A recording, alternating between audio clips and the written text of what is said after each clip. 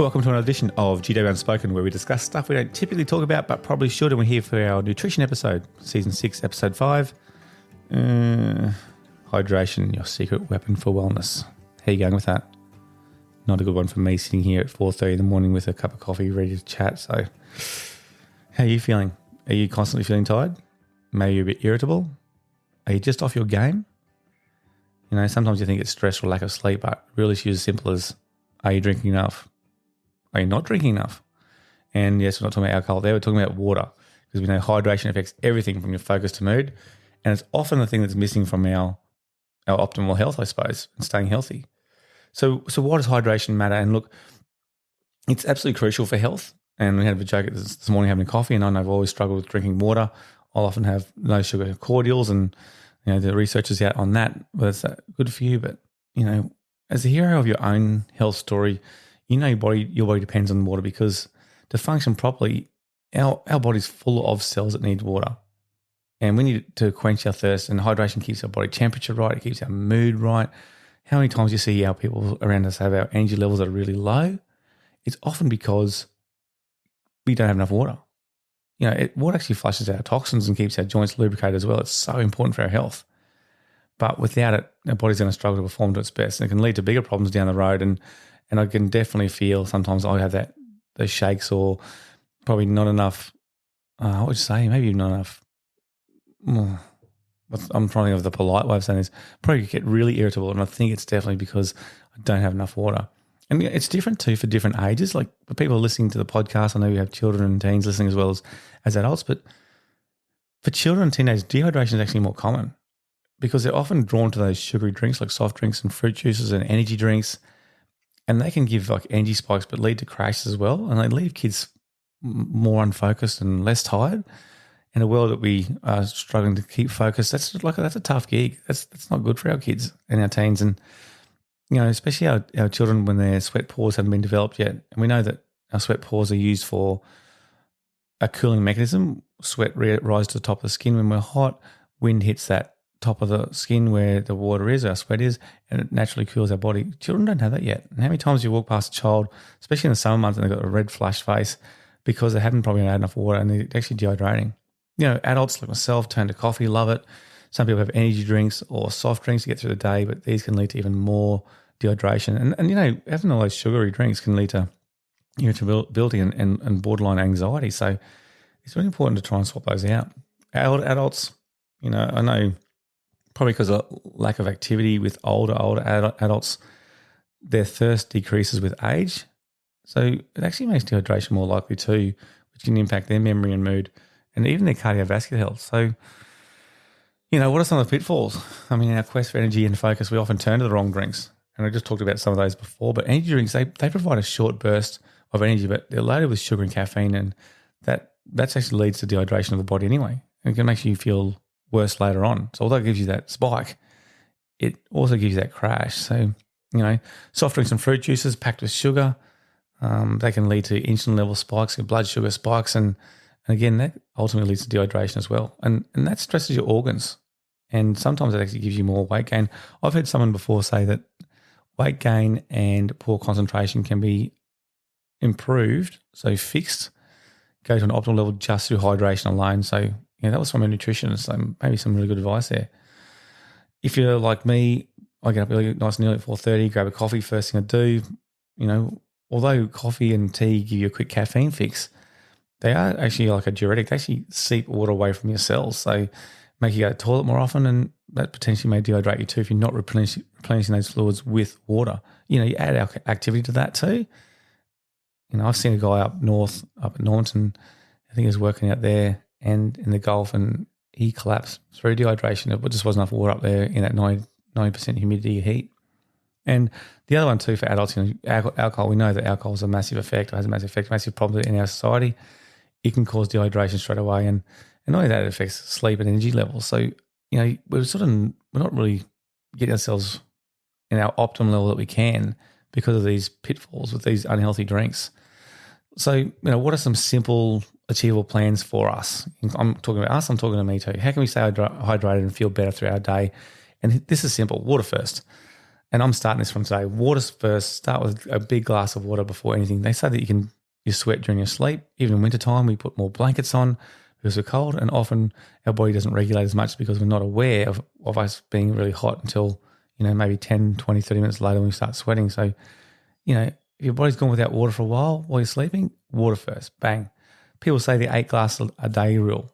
Have 8 glasses of water, depending on your age and activity level. Might need more based on your environment if it's a hot place.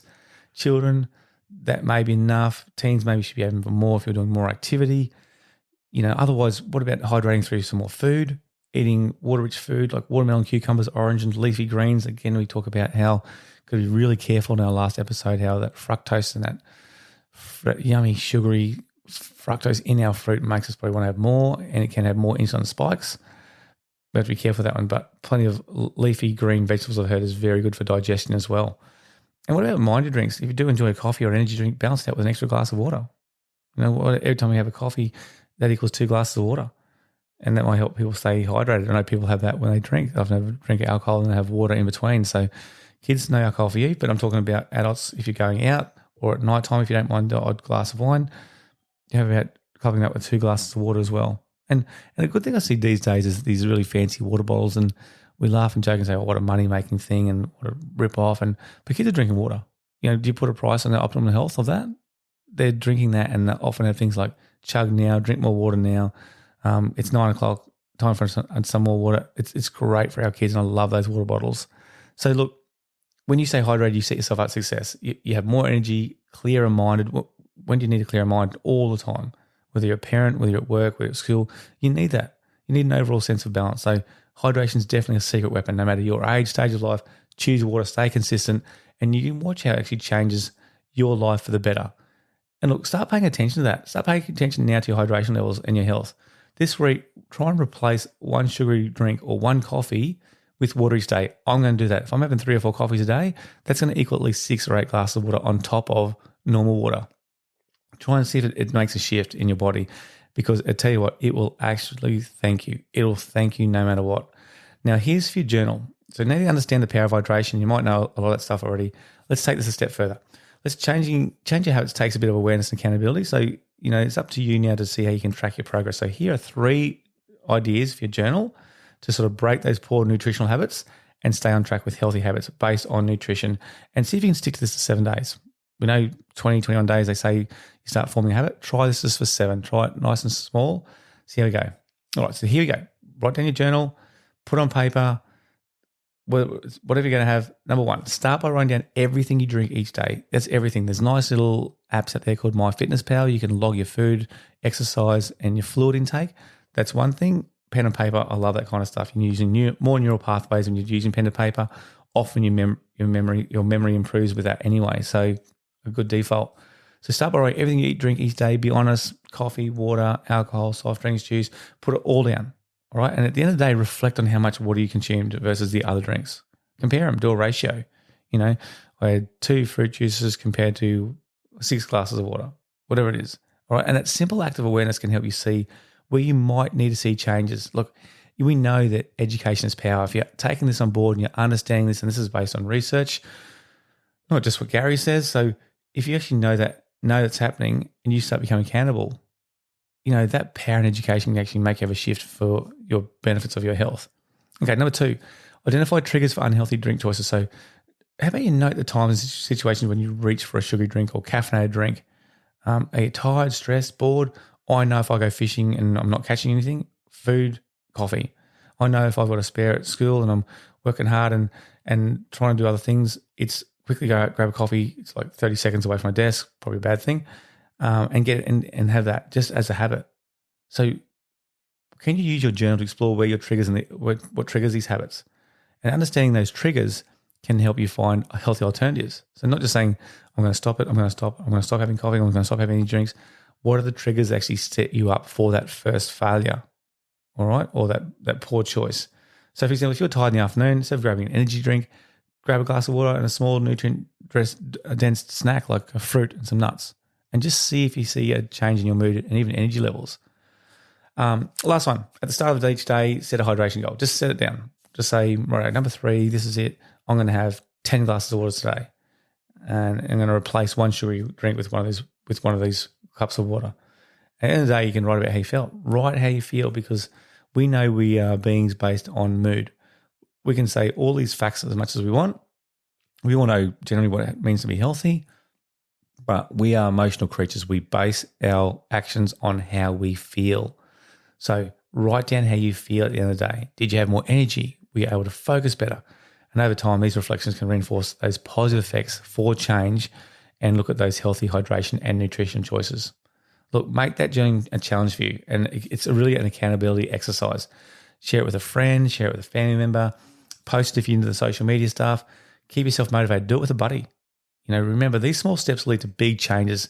And then when you take control of your hydration and nutrition, it's one of the most simplest ways that you can boost your overall being and then also positively affect those people around you.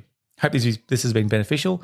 We will have a nutritionist and a dietitian on very shortly. So I'm looking forward to hear a background into also hydration and how that affects us, as well as the foods we eat every single day.